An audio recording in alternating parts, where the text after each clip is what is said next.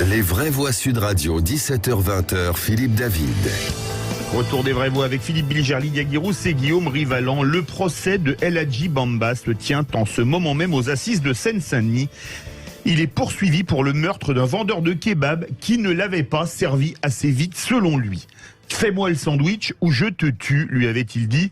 Le serveur lui avait proposé une pizza qui était prête, mais Bamba a sorti une arme et tiré 3 balles de 9 mm vers Mohamed Fares Ben Yayaten, 29 ans, touché deux fois, dont une au poumon. Il allait décéder sur place. L'accusé était fortement alcoolisé, mais avait surtout un casier judiciaire particulièrement chargé, au point qu'il a fallu 10 minutes à la présidente de la cour d'assises pour en lire l'intégralité. Un casier qui comporte déjà pas moins de 26 condamnations pour violence, vol, menace de mort ou encore détention de stupéfiants. D'où notre premier débat, la justice est-elle trop laxiste avec les multirécidivistes? Et vous êtes 96% à dire oui. Avec nous, Denis Jacob, secrétaire général du syndicat Alternative Police. Denis Jacob, bonsoir. 36 ans, 26 condamnations pour des faits graves, en liberté. Et c'est un jeune de 29 ans qui meurt sous les balles. Est-ce que quelque part, ça pose pas vraiment la question du fait que les peines sont trop faibles et que des voyous de la pire espèce se retrouvent en liberté et peuvent tuer quasi impunément? Alors le thème de votre sujet, c'est la justice est-elle laxiste sur les multirécidivistes? Moi je dirais, est-elle laxiste tout court? Quand vous êtes policier sur le terrain, vous interpellez des individus au risque de mettre en danger votre vie et que vous retrouvez l'individu le lendemain dans la rue, il y a de quoi se poser des questions. Alors, est-ce que les peines prévues sont-elles trop légères? C'est pas tant le niveau de la peine, c'est l'application de la peine, la réponse pénale qui est apportée. Et honnêtement, pour les policiers sur le terrain, il y a ce sentiment de laxisme parce que nous considérons que les peines ne sont pas suffisamment fermes. Alors, ça serait un peu réducteur de dire que la justice est laxiste, même si l'on sait qu'il y a des magistrats dogmatiques, un peu comme dans toutes les professions, il y a toujours des brebis galeuses entre guillemets, donc des magistrats laxistes, il y en a, bien évidemment. On parle aussi dans la police nationale de quelques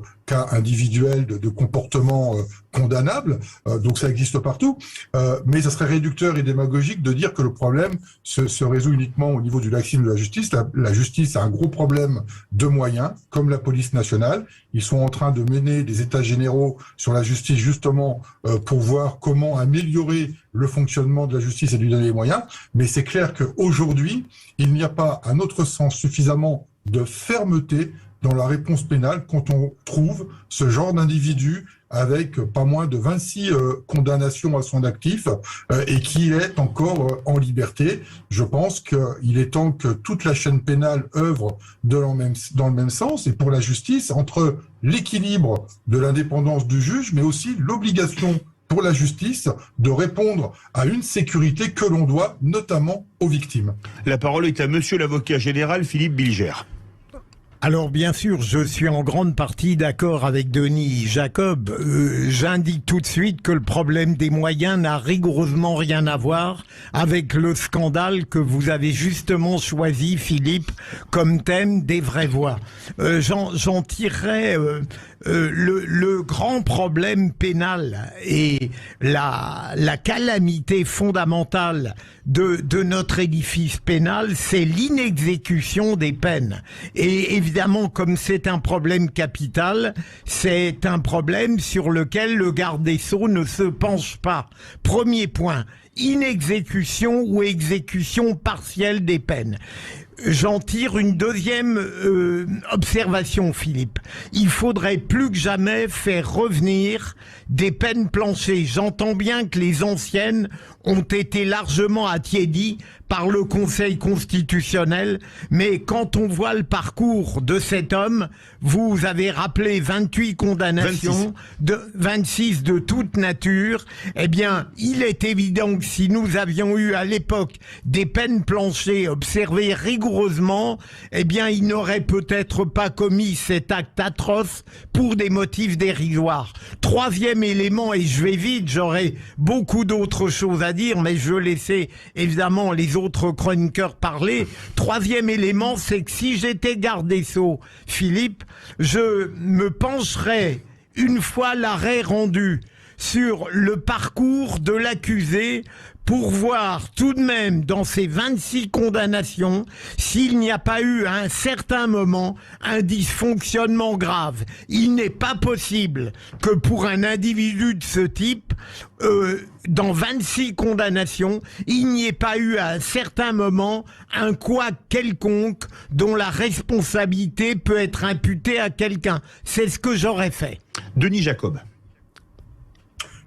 Oui, je rejoins bien évidemment l'analyse globale de Philippe Bilger. Alors moi, je suis un peu plus nuancé sur les peines planchers parce que le code pénal prévoit des peines suffisamment importantes pour qu'elles soient appliquées, mais encore faut-il qu'elles soient appliquées. Or, on le constate régulièrement dans les dossiers que les policiers gèrent, c'est que très souvent, ils sont condamnés à du sursis. Donc forcément, ils sont remis en liberté. Donc il y a avant tout, et avant surtout de parler de peine planchers, un problème d'application ferme des peines qui sont prévues au code pénal. On ne peut pas être toujours, je pense, au niveau des magistrats, être dans la consensualité, excusez-moi. Alors, on peut toujours parler du primo-délinquant, c'est la première fois, il a commis une erreur, on peut prononcer du sursis, mais quand on a ce type d'individu qui a 26 condamnations à son actif, que fait-il dans la rue? Et je rejoins tout à fait Philippe Bilger sur le fait qu'il y a eu certainement, à un moment ou un autre, un problème avec cet individu dans la gestion pénale et le suivi de son parcours. Et puis bon, derrière, il y a toute la problématique de l'univers carcéral, des places de prison, etc. Il y a un problème général que l'on devrait traiter dans sa globalité. Et ce que je regrette malheureusement, c'est qu'une fois de plus, on ait traité les problèmes de sécurité séparément, avec d'un côté le Beauvau de la sécurité pour la police nationale, de l'autre les états généraux de la justice. Et j'espère que là-dedans, il y a aussi un pan sur la pénitentiaire, parce que tout est lié. Et dès qu'il y a un dysfonctionnement à un niveau ou à un autre, malheureusement, c'est toute la chaîne pénale qui en pâtit. Et les premières victimes sont nos concitoyens. Lydia Guirousse. Oui, alors que pensez-vous du discours du président de la République et des propositions qui ont été faites, notamment à Nice, avec ces 15 milliards qui ont été promis, on va dire, puisque c'est pour la suite, pour la sécurité. 15 milliards, c'est beaucoup pour le ministère de l'Intérieur. Et puis surtout, le président a parlé d'une approche globale, justice et police. Enfin, vous, en tant que syndicaliste, quel est votre retour? Est-ce que vous êtes plutôt satisfait ou pas?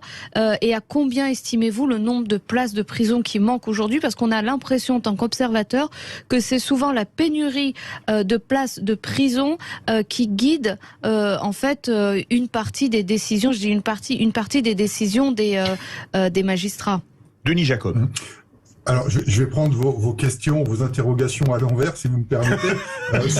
Sur l'univers carcéral, je suis désolé, je suis fonctionnaire de police, donc j'ai pas forcément toutes les données, mais on sait tous, parce que c'est public, qu'il y a une surpopulation carcérale aujourd'hui. Donc, de toute façon, il y a un manque de places de prison, c'est indéniable.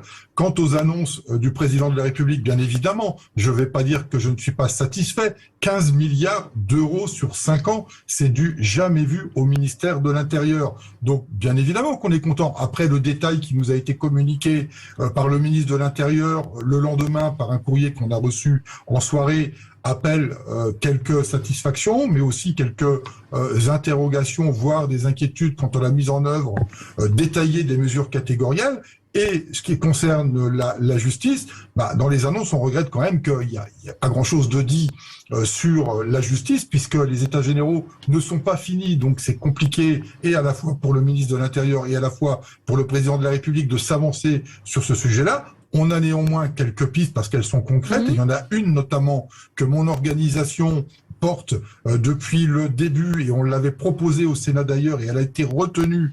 C'est le principe d'une plus grande collaboration entre les magistrats et la police, et notamment les officiers de police judiciaire, puisque Alternative Police CFDT a demandé, et pour le coup obtenu, le fait qu'on puisse mettre un magistrat référent dans les plus gros services de police pour que, en temps réel, ils puissent déterminer si les procédures que nous faisons méritent d'être poursuivies ou si elles ne nécessitent pas une procédure pénale. Donc c'est ce qu'on appelle la simplification. Et puis, il y a un autre sujet qui est la dématérialisation de la procédure pénale, notamment par son oralisation. C'est une revendication qu'on porte aussi depuis 2017 et qui avance petit à petit, mais tout ça doit permettre de faire avancer le travail de police plus vite, moins chronophage, mais aussi d'aller plus vite dans les décisions de justice, puisqu'il y a aussi ce problème entre l'infraction qui a été commise, le délit, la présentation à la justice et la condamnation. Il peut se passer des mois avant qu'on ait une condamnation. Guillaume Rivalan. En termes de bilan, juste 2-3 éléments qui sont importants à rappeler. Sur le quinquennat d'Emmanuel Macron, c'est plus 15 000 places de prison. C'est quand même beaucoup. C'est un budget aujourd'hui de la justice qui est à 8 milliards 200 millions d'euros. Oui, mais c'est quand même dans le pipe. Hein. Donc voilà, c'est plus 10 000 postes de fonctionnaires de police et de gendarmes. Et on part de loin. Donc si vous voulez, ça c'est sur 5 ans. Bon, donc les annonces du président de la République sur les années à venir sont les bienvenues. Il faut regarder en détail, vous avez raison, comment ça va être appliqué. Et ça, c'est le premier sujet sur les moyens. Deuxième sujet sur l'application des peines. Vous avez sans doute raison, mais c'est aussi un cas particulier. Bon, après, ce qui est très étonnant dans ces cas-là, c'est qu'on a des statistiques. Cas particuliers. Oui, c'est ce que j'allais vous dire. Il y a des statistiques très précises sur les récidivistes. On voit que pour la moitié, ce sont pour des faits de vol, pour la moitié, ce sont des hommes. Et pour la moitié, ce sont des gens qui ont arrêté très tôt leurs études. Bon, on se demande pourquoi on ne travaille pas ça. Si on a toutes les données, c'est quand même très étrange de ne pas apporter une réponse extrêmement sur mesure. Je suis d'accord avec vous, mais il ne faudrait pas non plus à l'inverse qu'on dise systématiquement en termes de peine avec des soucis, oh c'est un pauvre petit malheureux, maltraité par la société, Bien alors sûr. il faut surtout pas l'incarcérer. Mais d'ailleurs, qu'est-ce que vous préconisez pour les jeunes et pour les mineurs? Qu'est-ce que vous préconisez en dehors de la prison, parce que beaucoup disent que la prison est aussi une fabrique de la criminalité, et beaucoup s'enorgueillissent quand ils retournent dans le quartier en disant ouais, moi j'ai fait de la prison, je suis un homme maintenant. Un jeune de 16 ans, est-ce que vous avez des propositions sur spécifiquement les plus jeunes? Oui, mon organisation syndicale a des propositions, on les a déjà formulées à de nombreuses reprises. J'ai déjà eu l'occasion d'en parler aussi sur le plateau de Sud Radio à plusieurs reprises. Là, on parle des conséquences d'un problème, on parle pas des causes. Et aujourd'hui, c'est bien ce qu'annonce le président de la République, ce que fait le ministère de l'Intérieur. Il y a un véritable volontarisme d'améliorer la sécurité, les conditions de travail des policiers. Ça, c'est incontestable. Mais tant qu'on abordera la problématique de la sécurité que par la sécurité, on ne réglera rien. Et parallèlement à ce plan conséquent quinquennal qui est annoncé, encore faut-il qu'on ait une réélection présidentielle, mais je n'ose pas croire qu'il n'y aurait pas continuité de l'État sur ce sujet-là, quel que soit le gouvernement et le président de la République élu, mais tant qu'on ne mènera une politique de sécurité seule, sans un véritable plan interministériel de politique de la ville, de la politique économique, de la politique sociale, notamment dans les quartiers difficiles, où on a laissé en déshérence tout un pan de la société. Moi, je me rappelle, il y a une trentaine d'années, on avait des éducateurs sociaux, on avait des animateurs sociaux dans les quartiers difficiles qui prenaient les jeunes qui étaient en déshérence parce qu'il y avait aussi un abandon de l'autorité parentale. Aujourd'hui, tout ça a disparu. Les services publics ont disparu. Tous ces territoires-là sont laissés à la main des délinquants, des criminels, notamment sur les trafics de stupéfiants. Et donc, mais qu'est-ce que vous préconisez pour les jeunes, plus spécifiquement pour la délinquance qui touche les jeunes très, très rapidement?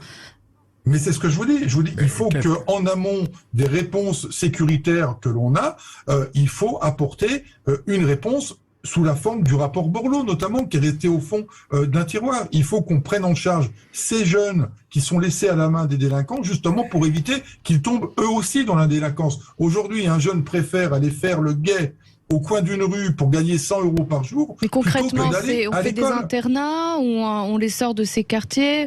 Moi, dans mon livre, j'avais préconisé que les enfants qui commençaient à glisser vers la délinquance, les parents pourraient alerter, je sais pas, les services sociaux, et on pourrait mettre en place des internats qui permettraient de les sortir de ces quartiers-là, de les encadrer, de soulager aussi des des parents qui sont parfois dépassés. Est-ce que ce type de dispositif, vous pensez que ça serait de nature à essayer d'endiguer ce glissement vers la délinquance des plus jeunes? Et on parle de jeunes qui ont parfois 10-12 ans. Denis Jacob et après Philippe Bilger qui donne la parole. Tout à fait, mais je pense qu'il n'y a pas de mauvaise idée tant qu'il s'agit de sortir ces jeunes du pan de la délinquance. Moi, je parle de plan social, c'est-à-dire d'avoir des gens qui socialement vont s'occuper des jeunes qui se retrouvent dans la rue. Alors, il y avait des dispositifs. Par exemple, dans la police nationale, on a mis en place, mais ça fait des décennies, ce qu'on appelle des centres... j'ai oublié le terme, excusez-moi. Ce sont des centres éducatifs fermés. Non, pas du tout. Ce sont des CLJ, des centres loisirs jeunes. Les CLJ, les CLJ. Et ce sont des policiers, qui accueillent des jeunes, qui s'occupent d'eux, déjà pour créer le lien population. Alors moi, je suis pas non plus pour aller organiser des matchs de foot tous les 4 matins dans les quartiers difficiles, parce que c'est quand même pas non plus le rôle des policiers que d'agir sur ce pan-là, mais on doit mettre un dispositif d'agents d'État sous forme d'animateurs ou d'éducateurs sociaux. Philippe Bilger attend la parole tout à l'heure. Mais Guillaume, je vois avec plaisir que Guillaume Rivalan met au crédit du président même les promesses non réalisées de 2017. Alors vous êtes provocateur. Ensuite, les 15 milliards... Moi, j'ai envie de vous répondre qu'il y a même un candidat à la présidentielle qui est multirécidiviste. Non, mais on pourrait en discuter de ça, mon cher Guillaume. 2011, mais c'est 2018, pas le moment. 2020. Mais les 15 milliards promis n'engage que le candidat qui s'engage à les donner, Emmanuel Macron. Et troisième élément, Denis, je sens avec bonheur que vous êtes infiniment plus humaniste que moi, parce que les solutions que vous évoquez, ce sont des solutions de long terme, qui nous permettront tous d'être victimes avant qu'elles soient réalisées. Donc, et je réponds à votre argument sur le fait que la législation actuelle permet de répondre à ces multirécidivistes. Ça n'est pas totalement exact, parce que l'intérêt des peines planchées, c'est qu'elles mettaient en cause l'entêtement dans un processus délictuel ou criminel. Et quel meilleur exemple que celui qu'évoque Philippe avec l'homme aux 26 condamnations. Denis Jacob. Alors, Philippe, vous avez entièrement raison. Il y a une nécessité aussi de dépoussiérer le code pénal, le code de procédure pénale. Enfin, on a besoin dans ce pays d'une véritable réforme globale de cette procédure pénale qui ne fonctionne pas bien, il faut le dire. Et je dirais, je veux pas dire c'est la faute à pas de chance, mais en tous les cas, c'est ni la faute des policiers, ni la faute de la justice en général. Et malheureusement, ce code pénal est certainement en partie inadapté, et c'est cette inadaptation qui fait que nous n'avons pas des réponses fermes, en tous les cas, celles que nous, on considérait beaucoup plus fermes à celles qui sont prises aujourd'hui. Guillaume Rivalan. Oui, moi j'ai bien aimé, Monsieur Jacob, votre intervention sur travailler sur tout ce qui est en amont, c'est-à-dire l'aménagement du territoire et l'éducation. C'est très clair que si on apporte des réponses extrêmement vives sur ces sujets, il y aura moins de ce type de délinquance, et derrière apporter aussi des mesures sur mesure pour les gens qu'on a identifiés comme étant potentiellement plus récidivistes que les autres. Après, on va pas se battre sur les bilans des uns des autres. En attendant, sur 5 ans, il y a énormément de choses qui ont été faites, cher Philippe. Et il y a beaucoup de choses en termes d'intention et de projection, parce que c'est ça aussi, gouverner, c'est être capable d'avoir une vision, une ambition pour le pays. Et même si on n'a pas le résultat escompté du jour au lendemain, c'est un peu comme sur la santé avec les lits de réanimation et les médecins. Pour en former, il faut 12 ans, c'est la vie, on peut pas accélérer. Eh bien, l'important, c'est d'avoir cette projection-là, et on a la chance d'avoir un exécutif qui prend ça au sérieux. Denis Jacob en une petite... Oui, Philippe Bilger très court, et Denis Jacob, oui. C'est une grande ligne de partage avec Guillaume, et là je le dis très sérieusement, je pense que la grande faiblesse du quinquennat d'Emmanuel Macron a été sa mansuétude régalienne. Et Guillaume a l'avis inverse, mais il faudra qu'on en discute plus longtemps. Je pense que c'est l'était les 3 premières années, mais lorsqu'il a nommé Gérald Darmanin, il a pris un virage sur ces questions-là, parce que Gérald Darmanin, c'est quand même un ministre qui compte et qui a gagné ses arbitrages, et donc qui a apporté des moyens. Donc je pense que ce procès, il aurait pu être fait les 3 premières années, mais depuis 2 ans à peu près, j'ai l'impression qu'ils ont pris conscience que le régalien, ils ne pouvaient pas en faire, ils pouvaient pas l'ignorer, et ça serait un talon d'Achille s'ils continuaient à l'ignorer. Denis Jacob, en 30 secondes, le mot de la fin. Je confirme totalement ce que vous venez de dire, Lydia. Ça, c'est clair que depuis 2 ans, ils ont pris la conscience de la nécessité du régalien en matière de sécurité. Mais comme le disait Philippe, je vis pas dans le monde des bisounours, que les choses soient claires. Forcément, tout ce que j'ai dit en préconisation annexe, il va falloir des années et des années. Et qu'en attendant, je le répète, il va falloir faire preuve de la plus grande fermeté en matière de réponse pénale. Quand on voit un policier qui s'est fait lyncher par une dizaine d'individus à Lyon, et sur les 10, 2 prennent du ferme et les 8 autres sont relaxés parce qu'on ne dispose pas suffisamment d'éléments pour les condamner, alors qu'ils étaient présents sur place lors des faits qu'ils reconnaissent avoir été présents. C'est scandaleux. Et ça, c'est scandaleux. Et donc, en attendant, il faut faire preuve de la plus grande fermeté pénale. Merci beaucoup, Denis Jacob, secrétaire général du syndicat Alternative Police CFDT. Verdict sur Twitter. Vous pensez à 95,1% que la justice est trop laxiste avec les multirécidivistes ?